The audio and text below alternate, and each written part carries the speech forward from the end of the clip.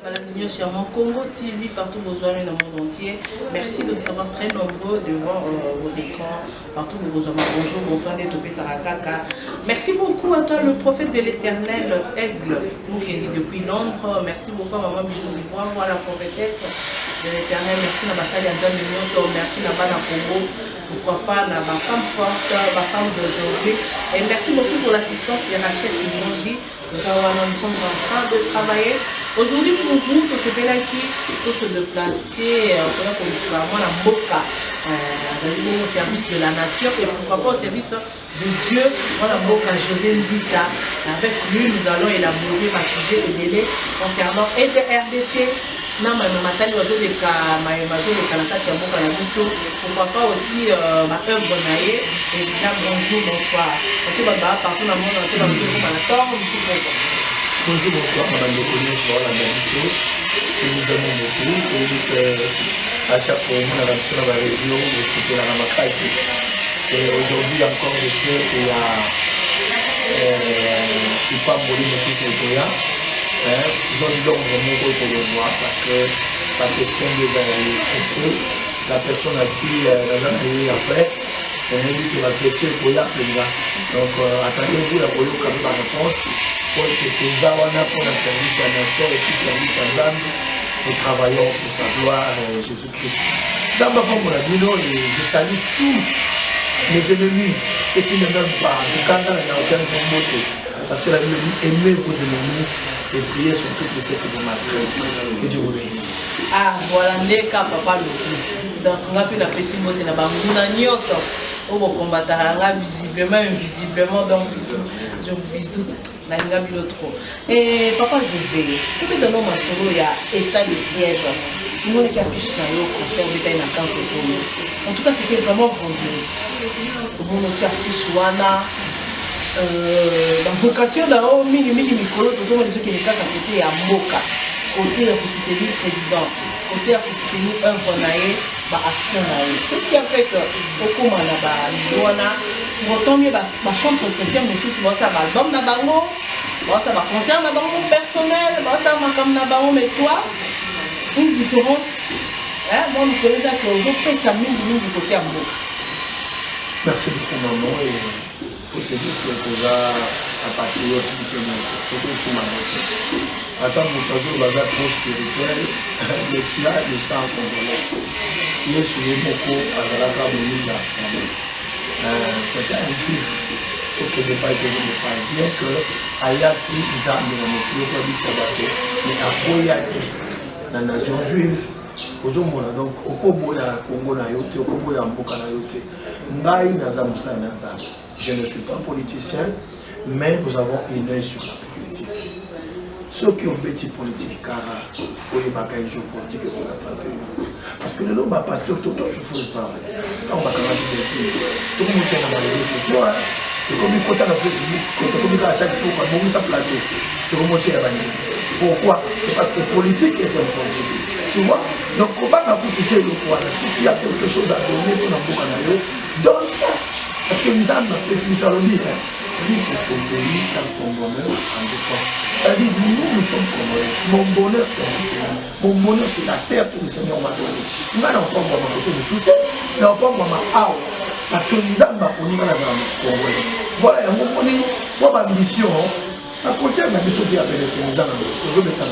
Mais quand il s'agit à Boka, nous nous concentrons pour que ce soit le Congo. Parce que nous voulons que Bapillon soit comprendre que Moko au Congo, les gens sous Congo la vérité. Les gens Congo le Kazakou va combattre les vérités. Les gens Congo le Moumi va combattre Mosaïque, va combattre les gens Congo ya Mosé Kabila, les gens Congo ya Joseph Kabila, mais comme Congo ya Fati. Moutuna époque na ye azana moi spécificité na ye. Fati aye na moi biloko ne mo boye. Biloko na ye yango nde sikoyo ekutani na yango. OK. Yango moni sikoyo bato bazoka soka na za propati. Non. Na kutani sikoyo bi ngai mukolo président prêter seulement un stade. Ya tombo lo mukolo. Na bimesa ma bisna lela. Dans lela, on dit Seigneur, ça c'est une prière que les Congolais ont toujours prié, ont demandé. C'est une demande que tu as fait. biso nyonso tokosenga nzambe okopia biso président kokota yebi baloba nzambe ayebi yo nzambe qui n'a pas prié ça bopesa bokata lai so bato osambela bongo te biso nyonso tozali na bapaye du peuple aussi mandela quartier osimbi drapeau toke kosambela nzambe mboka nzambe tozwa mokonzi ayebi et aujourd'hui nzambe apesi biso un président qui vient qui voulait aller s'asseoir dans le trône d'Aya qui président Sabi. Non, je ne veux pas m'asseoir d'abord, mais je vais confier ces pays d'abord entre les mains de Dieu. Au sein d'Anzambe, il y a avant d'aller pour ça. Après, il y a avant d'aller pour non, mère, non. Banda Congo, ils sont là Congo. Banda Congo, on a la botama. J'ai 51 ans. Ah, aux Ambiaka, c'est talipé là. C'est talipé là. Donc, tu vas te mettre là, tu vas 38, 40. J'ai 51. C'est pour 51 ans, dans un boyé. Namoni bandala tout petit côté. Namité namona un président qui vient qui dit que confier dans le monde avant papa ça c'est une histoire. À ça dit page mobimba histoire spirituelle dans mon canal. Bon biso toza spirituel bande konanga. Comment nous ne pouvons pas appuyer une personne comme ça qui vient entre nos mains aye komiti ka kwa basala nzambe qui banani ba kopesa poids. Banani ba ko soutenir le roi. Ils sont des photos de China parce qu'il nous a amené Christ ici. Mais quand on va te faire ça, quand on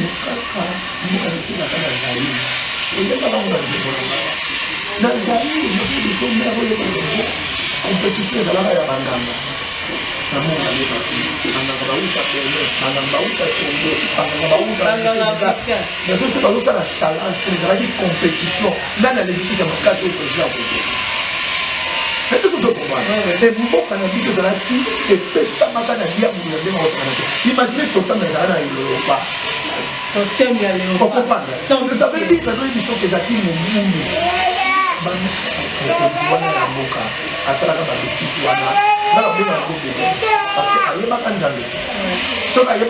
Il n'allait pas commettre ces bêtises.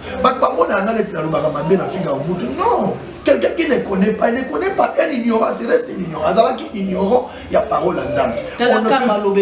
Voilà.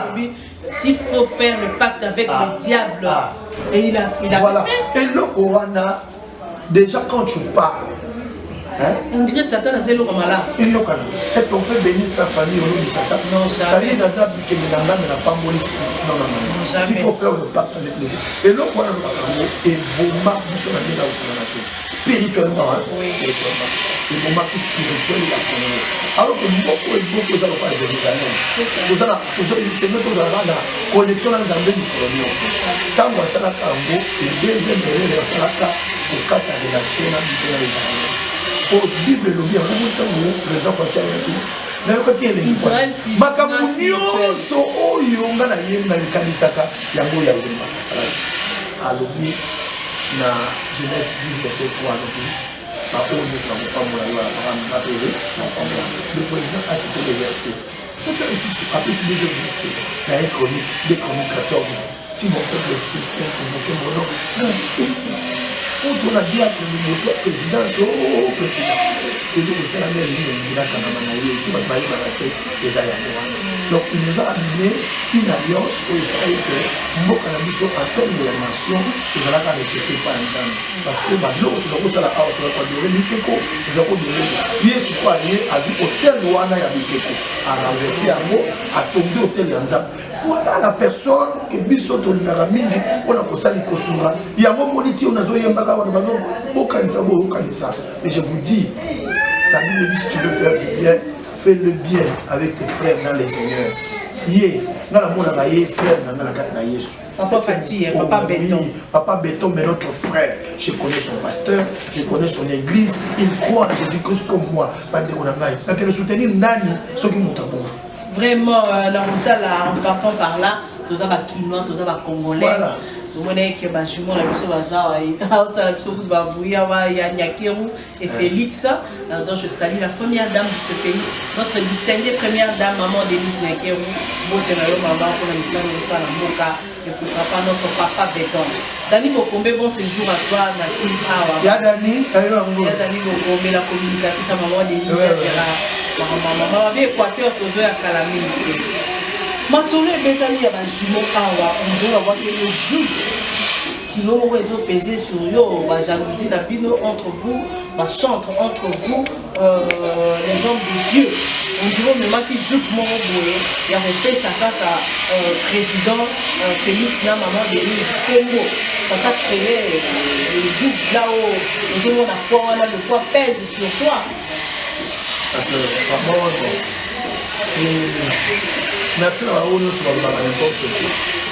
Mais bon, les batteurs, même à tailler sur la la motumo, à Zabolinga Mingi, Jean, à Biazako Tchaïna Tona. Pourquoi pas tous les disciples? Mais lui c'était un Dieu, hein?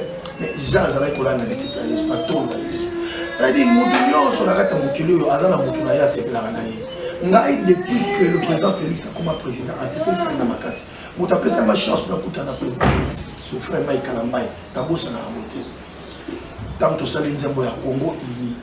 Au moni, tout cela rencontre un président na OIA, président Yamba Bissomé, et à la humanisme et à mais lui c'est notre vieux du quartier, c'est pas un président.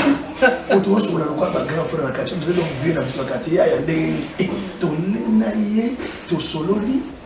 Et les jours. Au moins, bien né, président Tafuna Moussou. Il y a tout Tafuni naïe. Il y a vendu tout Tafuna Wangada. Tout Tafuna Pembe. Non, moi, non, oh, tu as un camarade, oh, tu es le président. Président Tafuna, tout le monde est tout Tafuna. Waouh. Il y a tout ce qu'on peut dire sur le président. Là, on demande parce que c'est un papa calme avec un cœur Oyo Anikaraba. Ngai, il a évité pour le beaucoup mais je l'aime. Si vous avez Ngai, vous imaginez comme Koloana. C'était au mois de juillet, mois de mars, avril, année 2019. Voilà. Et c'est le président général du président. La mission mais le but est pas peine qu'on a yemba, na yemba le blanc d'aliboma. Na yemba. Il faut pas zana. Faut pas zana. Ça président. Il y a un décès. Alors il y a un cadeau. Ce qu'on a dit que nous avons un cadeau. Na yemba mutu na sema kololi kolo be na yemba. Na yemba la sinisi na commission za mbi seigneur ça c'est une opportunité. Et à promettre qui a pris ça qui a cadeau. Na zo mbongo bien na bala na sentir cadeau penza. Il y a aussi un monde qui a été pour la salle à attendre pour moi. Non, salle attendre pour moi. Congo uni, on a un frère tout ça. Natikala ko yema nzembo te personnellement ngamo pour le pays. Non. Mais il m'a aidé déjà. Alinga kinga ka bongo.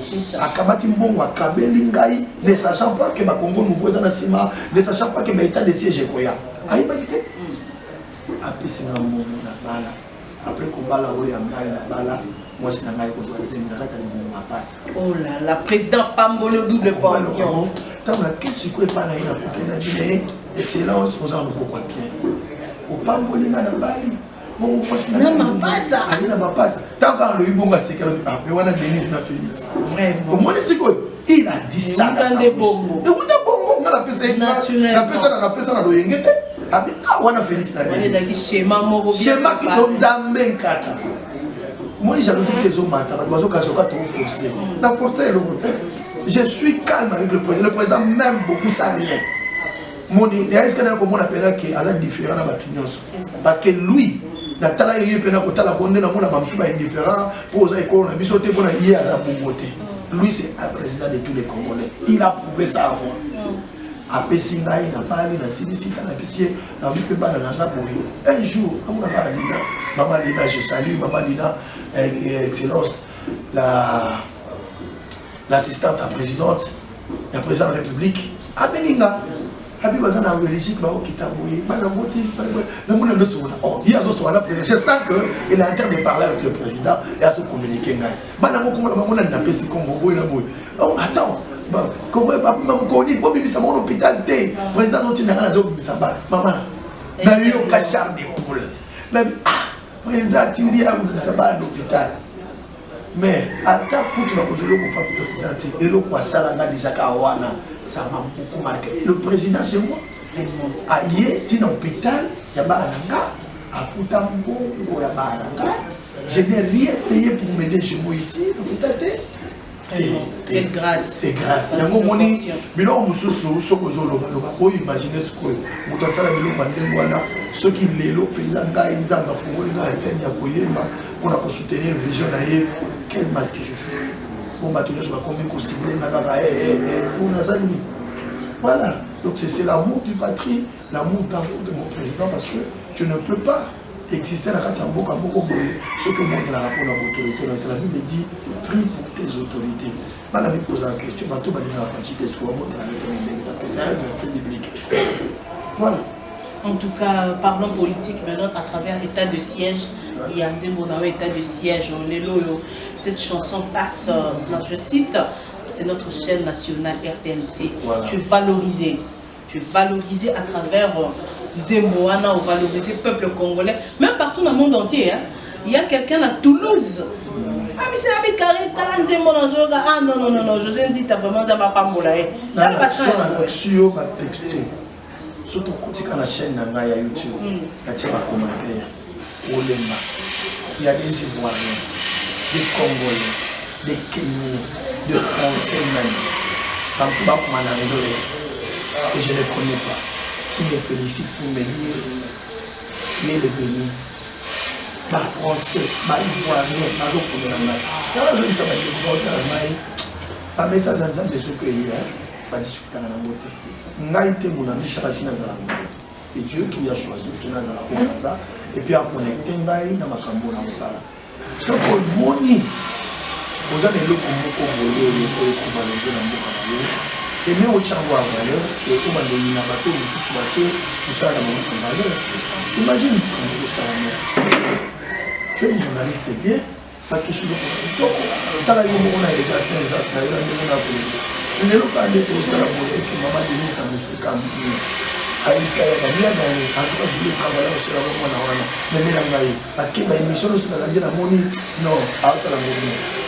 Ok, pour la pensée, ok, pour que le travail n'a eu au Sali, au Tchangwa d'exercice, travail et interpeller conscience sur la cause.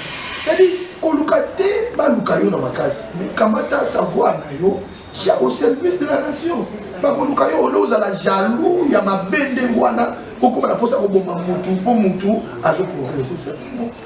Et il y a quelqu'un qui était à Toulouse, même prophète Aigle de l'Éternel, Moukenda Boya Kalamilité. Papa Moukenda. C'est un grand prophète.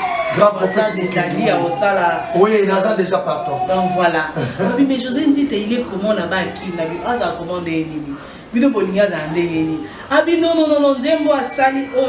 il mérite beaucoup de sécurité, beaucoup mais comment on retourne comme je vais le recevoir, on retourne comment qu'en est-il parce que l'autorité même on valoriser tenue à armée, il a biso FARDC, on valoriser état de siège parce que nous devons prier pour l'Est. Tu es le premier musicien. Et je suis vraiment éloigné qui l'icolo, la chaîne nationale RTNC. Vous oui, bien sûr, c'est grâce. Grâce Kakamo, les dons, tout don a été combattu. Quand nous avons des arbres, nous sommes dans au salaire, il bon balnaïté, au soin de sa payété, le roté, beaucoup de pété. Mais mine de rien, quand on a été là, moi cette séance, je n'aime pas. Et ça, je suis en arrière, il y a des gens comme ça dans ces pays qui ne nous aiment pas pour tout ça là-bas de l'autre côté. Alors, on a voulu la militer. Je sais que c'est le Seigneur qui connaît tout. Tout le monde qui gloire raison de pas nous faisons ce que nous faisons. Autre côté, tout ça. Mais si le Seigneur nous permet tout ça là-bas, tout le monde peut nous quitter. Parce qu'il y a beaucoup de ambition. Voilà, parlons maintenant de ce chuté social et amour cannabis. Je vous invite aux Congolais. Gratuité, malgré gratuité, c'est la politique, nous parlons maintenant.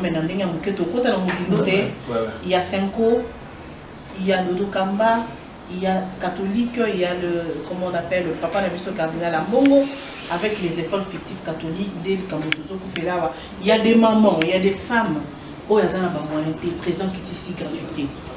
Bazo combattre gratuité. Bazo qui des classes, bazo zonga. Bazo qui des classes, papa. Bazo qui des classes, bazo zonga. Ngape na za maman. Sikoyo effet wana ya makambu où Isaac Mboka n'a plus aucune malamité. Il cherche à détruire la vision de notre chef de l'État. On a Makamboué à la queue. Allez, ils ont aussi la calamité. Les enfants, déjà 2 semaines et demie, Bazo Kende, Bazo Zonga, Bazo Kende, Bazo Zonga, Bazo Taï Samamote. Bon, vous savez, tout don excellent a été toujours combattu. Mon président Sunenga Yawana, Ndenge déjà joyeux soit Tchali Poso. Diaboulopia Sangisa Matunaye à Tchampati. Quelqu'un qui travaille avec le Seigneur dans ce Psayo, si tu ne croises pas le diable dans ton chemin, sur ton chemin plutôt, c'est que tu fais marche ensemble avec lui. Si on ça la marche ensemble dans cette année, pour éviter de pour y croiser. Il dit mon président, il est bon compté. Il y a un moment où il y a un coup de temps, il y a un mission. Voilà, je dis ça va tout louer. Batman Lingi m'a conduit dans le coin de moi, bateau magique, moi, avec 4 ans qu'on peut changer. Tant qui s'est sur le bon mani. Tant, non. Moi, quand je détruit 54 ans, bateau va y avoir pas appelé bateau. À 2 ans, sur 3 ans, au cours du conseil du boulot à 54 ans. Tout on a pour la retour, là, tu as aucun besoin de ma belle. C'est que l'écoute, ils ont attendu ma bonne. Batunde, baza, malamute. Yo quand tu es yondo comme place là, yondo va contester au thé. Si vous allez contester, chef union soit à la canne opposant. Ce qui opposition est athée, c'est la tinate. Moi, je paye pour y avoir régler par le camp est athée. Parfois, ma opposition est sur ma paix. Là, les gouvernements en place est bon. Mais il y a monté ma pété. Il faut être loyal. Critique critique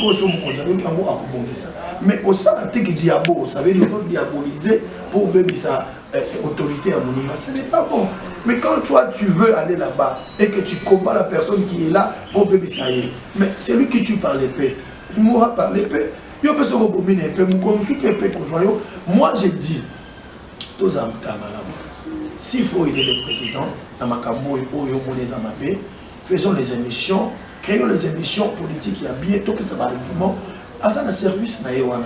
Tant bayo kakango, bazo zobilo kowana et ko sunga bango na o ba maîtriser malamute, c'est notre pays à nous tous. Le président Fatih ne restera pas éternellement là-bas. Un jour à Kolomaka na ye, ceux qui mandent na ye si les mandats mususu ke yete, Dieu seul sait. Mais